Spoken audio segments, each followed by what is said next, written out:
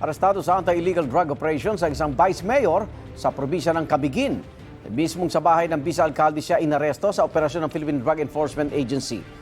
Hindi nila pinangalanan ng opisyal at hiniling din na huwag ipakita ang kanyang mukha. Nakuha sa vice mayor ang humigit kumulang 15 gramo ng hinihinalang shabu, pati isang baril at mga bala. Walang pahayag ang Vice Mayor. Ayon sa PIDEA, kinasang operasyon matapos ng timbre sa kanilang hotline ang pagkakasangkot umano ng vice-alcalde sa iligal na droga. Hindi naman natin pa masasabi kung talagang nagbebenta.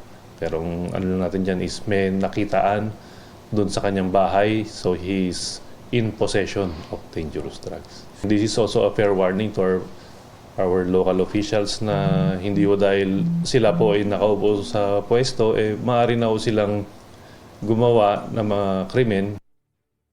Igan, mauna ka sa mga balita, mag-subscribe na sa GMA Integrated News sa YouTube para sa iba't ibang ulat sa ating bansa.